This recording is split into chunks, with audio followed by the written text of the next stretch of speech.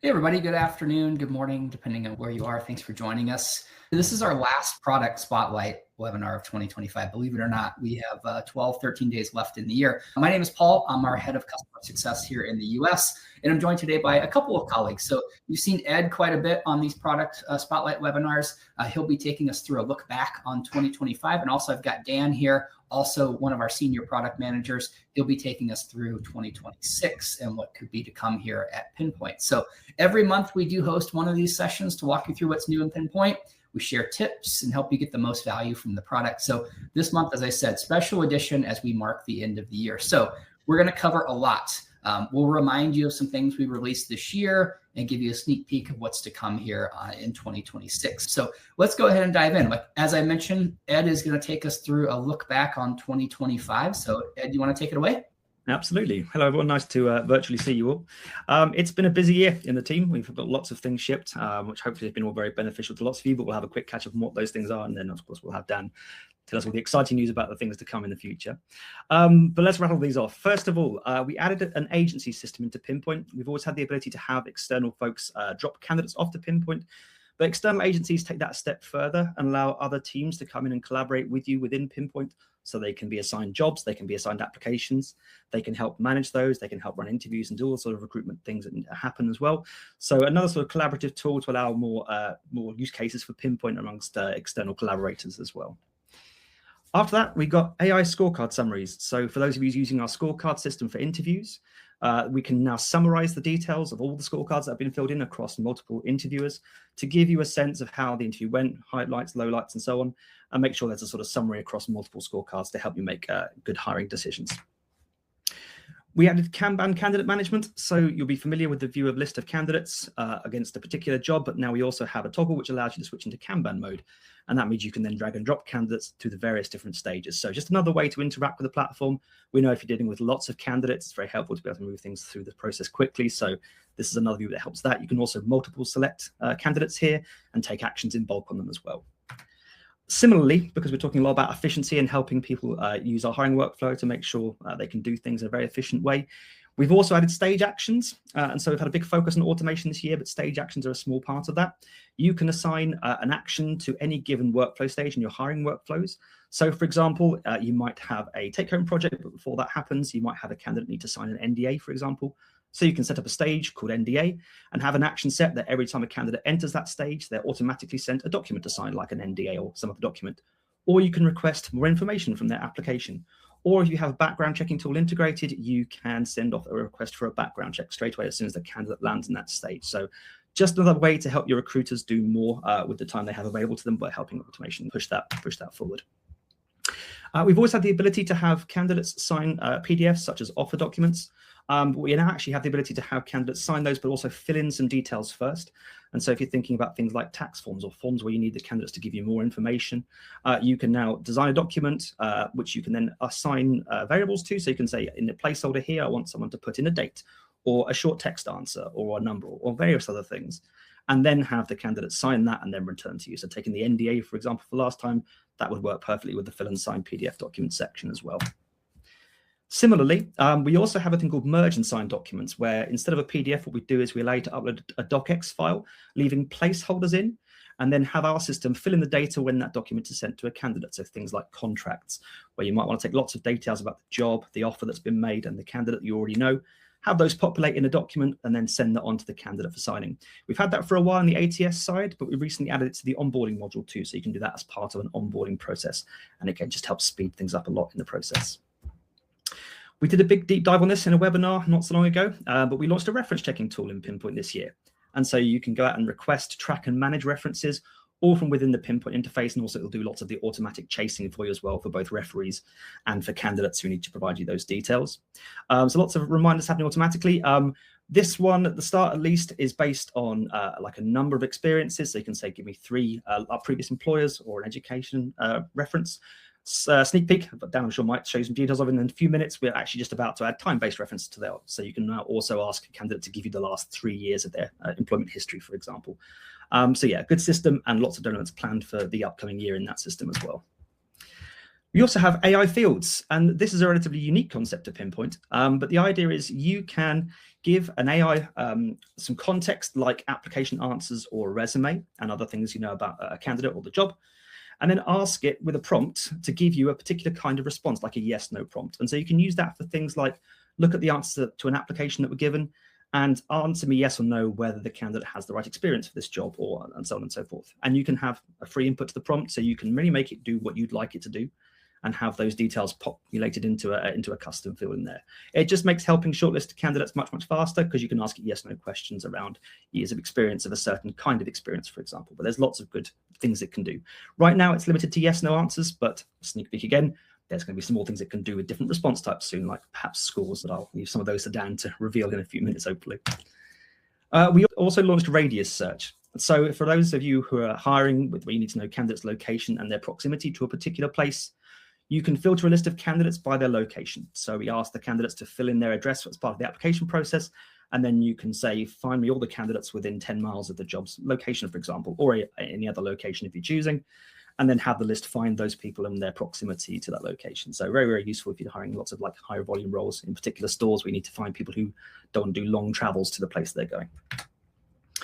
And automation, as I said, has been a big theme for us this year. We have our automation system that everyone has access to allow you to automate various different parts of the Pinpoint platform. But we also have now advanced automations where you can do things like branching logic. And that allows you to create different paths for things like different departments or other conditions, follow different paths through the automation, and have different actions happen depending on sort of various different details in the platform. So a really useful way to design some very advanced systems that help the team just go faster, or help your team make sure they're doing things in the right way without having to remember to train them all on everything, and just have the system sort of work the way you guys like to work. So super useful and yeah, very powerful tool, our automation tool. For those in enterprise, this will be a very useful one. We added SCIM user provisioning. And so you can now automate the administration of users from provisioning systems like we have Okta, we have Microsoft's Entra ID and OneLogin as well. And just helps with the manual work of say, if you've got thousands of users in the platform, having to add, remove, and update users lots of times. This system helps you do that from your identity provider straight away without having to come into Pinpoint to do the same sort of process. And lots new integrations. We appreciate that Pinpoint is part of your stack of tools that you want to use to do your hiring process. And so we have an entire team dedicated to integrations, and their output has been phenomenal this year. We have another at least 40 integrations, I think, in this list here, but lots of new integrations to make sure that we fit into the ecosystem very well and make sure that our tool is the right bit of your whole process from other tools as well. So super integrated. And one we haven't shouted lots about just yet, but relatively hot off the press, we are ISO 42001 certified. For those not familiar, ISO 42001 is a framework for organizations to help to make sure that we develop AI tools responsibly and make sure we're following sort of risks and ethic policies, and making sure basically we're compliant with things like regulations such as the EU AI Act and more. So super useful, but obviously I know someone's already mentioned in the chat, looking forward to seeing what AI can do this year. We are too. We've got lots of plans for AI coming up. But we're making sure that we're doing those in a way that's compliant and safe, and make sure that you'll have the tools you need, but built in the right way. So yeah, a super big year, lots of big things in there. Obviously, there were many hundreds of small but mighty things alongside those, but very glad we've had a very productive year, and hopefully the tools we've released have been very useful to you all. So that's it for this year. But over to Dan. Dan, you can tell us all the nice things that are coming up in the future. So over to you. Thanks, Ed. Wow, that was a lot of stuff. I was wondering why I was feeling so tired, but I guess it's time for a break and then into 2026. And let's have a look at what we're going to be bringing you next year. Certainly, these are the things that we have sight of now. Certainly not a complete list of what's happening next year, but it's just some highlights that we thought might interest you all. So let's dive into them. So first up is Pinpoint Checks. So this is one we're excited about. It's a native background checking service that you can request checks and review them directly inside Pinpoint, meaning you'll have access to the best checking tools out there without having to leave the software. We're starting with certain checks with plans to add more providers, and it will mean you can use these checking services with no third-party contracts. The price will be competitive and the results will be directly inside your hiring workflow. So we're seeing this as massive especially for high compliance companies, where the time to get someone into a seat is often dictated by how quickly you can move that candidate through a background checking process. And so by having this inside Pinpoint, it means it'll be closer to the rest of your workflow. The bottlenecks will be more obvious, and you'll have this data next to the rest of your hiring data to make the decisions you need to make and take the actions you need to take. From this master dashboard, you can quickly see the progress of checks and run reviews and move candidates into the next hiring phase when they've completed their checks. The status and the results of checks for a specific candidate are available inside their candidate profile, and you can dig really deep into those results and see exactly what's gone on and where anything needs attention without having to leave Pinpoint. And then from inside our settings, you can create your own customized packages of checks, making sure that you're getting the right checks and at the right stage of hiring for all your candidates. So we're really excited about the potential for bringing you this sort of suite of best practice checks, and we hope that's going to be incredibly useful. The next feature I want to show you is one-way video interviews. So from something that helps high compliance, something that helps high volume. So our one-way video interview integration is using a best-in-class provider, Willo. This functionality allows you to send a one-way video interview assessment to a candidate and receive those results back along with some other meaningful data. It sits in your existing hiring workflow, basically alongside your other stages, such as a regular interview or an assignment. And you can template the questions so you aren't creating assessments from scratch every time, and you can achieve consistency across your different hiring workflows. Now, of course, the reason you actually do this is to learn something about the candidate that's going to help you make a decision and learn more than you could from that just initial application and request for information, but not spend the time and allow the candidate to do it in their own time before you have a formal interview. So you get all the data you need back to make that screening decision. You get the recording itself, you get a full transcript from each answer, and we also get some extra data around the time it took them to prepare an answer, the number of retakes they did, as well as a AI-powered assessment of whether they were scripted or speaking off the cuff. So that's all context that you could power certain decisions or how you then treated that application going forward, depending on the circumstances for which you're sending the interview and the role, but all useful information. So that's the one-way video interviewing feature. Let me just get to my next slide. There we go. So AI in Pinpoint. So first, I'm just going to start by giving you an overview of how we're doing AI in Pinpoint, and that comes from our AI principles, which we put in place when we first started bringing these AI features in, because there's a lot of opportunity, but also a lot of hype, a lot of concern, a lot of things you can get wrong with AI. And when it first came on the scene, we certainly didn't want to just sprinkle it across the platform and implement every single idea anyone had, because the way we saw it, that was the route to bloating the platform, but providing quite an incoherent experience. So we settled on our principles about how we were going to apply it, and you will see those play out in the features as they come out the door. So for the first was power, and what power means is that AI inside Pinpoint has to do more than just be a wrapper for ChatGPT or Claude or insert your LLM of choice. It can't just be, oh, if you took this information from Pinpoint and put it into an LLM, this is what you get out. It had to combine the power of the LLM with the data and context that we hold about your hiring process, or about a candidate, or about the data of previous performance of a hiring workflow. And it had to then come up with something that neither Pinpoint or the LLM could have produced on its own. So that's the power part of it. It also has to give our customers control and our users control. And what that means is the ability to have it turned on or off, and that's on a feature by feature basis. And also the control to accept results. So the AI doesn't just make decisions or take actions for you. It gives you the control to decide whether it should do that thing. So, and then finally, transparency, and that simply means that you know what it's about to do and you know what it did. So the ability on any time an AI is going to run, you see that it's going to happen, and wherever there's any AI data within the system, you can click through and see why it appeared there. We're big on AI, and we've just put in place a new team, a head of innovation, whose remit is to make sure that we are constantly exploring the options for bringing AI-powered features into the platform, underlying AI technology to bring more features and value to our customers. So let's have a look at a few AI features that are going to be coming out the door. The first up is a career site chatbot. So the career site chatbot is enhancement to the candidate experience.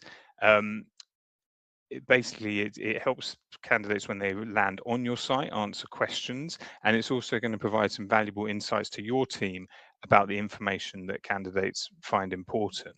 So the chatbot knows all of the information on your career site, all of your FAQs, and knows about all your open positions. So this means that giving a potential candidate the answers to their questions rather than making them click around becomes possible. When the chatbot suggests a role that's right for them, they can apply directly in the chatbot or click through to fill out an application form. The conversation that you have with an AI through the chatbot is a multi-prompt one, meaning it remembers the context of everything it's been asked before and applies that to future questions. So here it is remembering that the candidates we're talking about here, the candidate is talking about being from London and wanting to find out roles in London. And here we see the potential for handling more complex queries, which require a bit of analysis, working out a recruit time and surfacing the relevant roles based on that. So it's a real step forward user experience wise from having to set filters and perform searches themselves. And for your company, the analytics and chat logs that come from the bot will tell you a lot about the information that people want to see on your career site. And that allows you to create a virtuous feedback loop by, if we take that information, make sure the site has the answers to everything they want. And that in turn means the chatbot knows those answers. So it basically means people are, it's refining and it's moving towards a place where your career site has everything a potential candidate needs to know at the time they visit it. So that we're really excited about. The next feature is interview transcription. So you saw some interview transcription with the one-way video interviewing. This is interview transcription for interviews over with multiple people in them, with an interviewer and a candidate. So this feature is storing the transcript of that interview inside Pinpoint next to the application. So it means you no longer have to go to your note taker and find the notes and bring them into your workflow. It's already there inside Pinpoint automatically. All of this happens in under a minute after the interview is completed, meaning even busy recruiters, and I've seen our recruiters' calendar, and it's scary. Multiple screening calls a day back to back. They'll be able to process those notes in the short break they have in between calls. And of course, the reason you have a transcript is the reason you take notes in any interview is to use things you learn as evidence of the decisions you're going to make, or go back and remind yourself of something that was said. So when a transcript is brought in, a summary is automatically generated, so that can be done quicker. And that summary can be shared or used to fill out scorecards. We're really keen to see how people use it, because this feature is going to be iterated once it's out. And like with the rest of our platform, we're always keen to make sure that we find the next piece of value we can add. The transcript can be searched by keyword for when you want to go back and find that one thing the candidate said. And when the information we want to extract isn't as straightforward as a keyword search, we have the ability to chat with the transcripts and ask questions such as, what was the salary expectations they mentioned, and that gives you a more useful answer out the back end. Then our final feature to have a peek through is a continuation of a feature that Ed mentioned from this year. So this is the job criteria matching score. Now, Ed mentioned the AI fields functionality, and that's something we launched this year. It allows you to ask yes/no questions of an application, and then you see the answer for that on your table when you're looking at a job.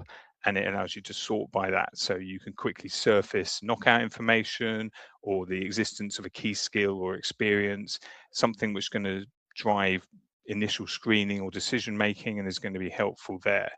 So AI fields work in that way. It's a yes no answer. You add them to an application, you can customize the prompts, you've got the control over that, and it uses the context of the application, either just the application questions, the cover letter, or the resume, or all of them. You get to choose that as well, and it produces a yes no answer based on what you asked.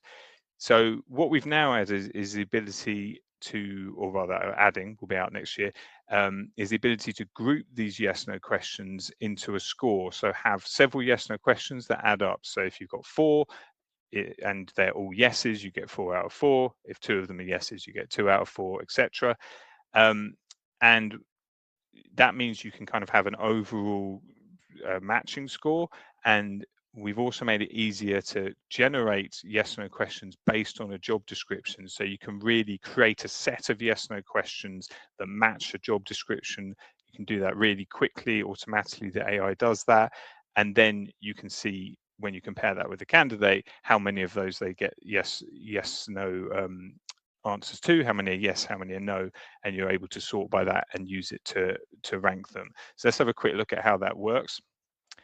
So the single question option here is the creation of just one yes no column, and the criteria score is this new feature. And when you go in on that, you get to give it a name, and that's the name of the column. And then you add the context which you want to take into account. As I say, you get the questions you ask them, the resume and the cover letter. So a couple of those have been chosen here. And you generate the yes no questions from the job description. So that's the job description that these are applications for. You can also ignore that and just add your own yes no questions as well as before. You're basically just grouping yes no questions. This job description extraction is a helper function. Once you've hit that, you get shown the yes no questions it's found from within the job description.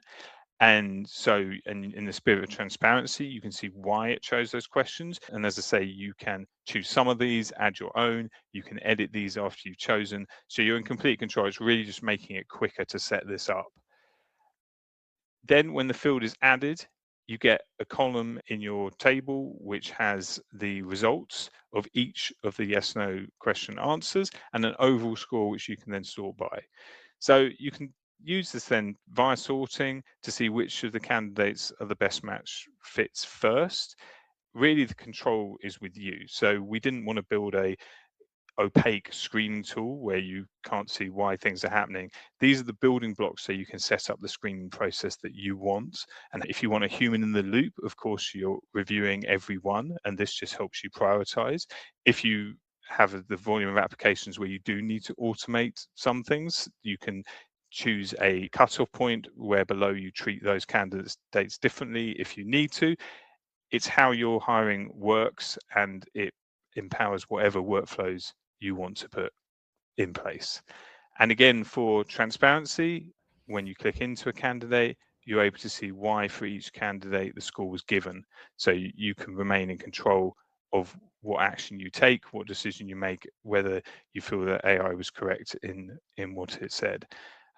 So that is our features for 2026. Thank you. Thanks, Dan. That was great. We got an exciting 2026 plan, and thanks, Ed, for walking us back through what was an incredibly productive and exciting 2025. So we did move at a nice clip. If you do have questions after you've had time to reflect on this webinar, please reach out to your CSM. If you don't know who that is, you can reach out to us in-app via the support function. So the bottom left-hand corner, you should see a little, I'm going to call it a tangerine colored icon that you can connect with our support team, and they will direct you to the right person to give that feedback on or to ask questions. So that is available in the actual application itself. So thanks everybody for being with us throughout 2025. We appreciate you being there and joining the webinars and just in general being a customer of Pinpoint and helping make it what it is. So very much appreciate everybody. Hope everybody has a fantastic holiday season. Enjoy time with friends and family. And we'll see you again in 2026 with all kinds of cool new stuff coming your way. So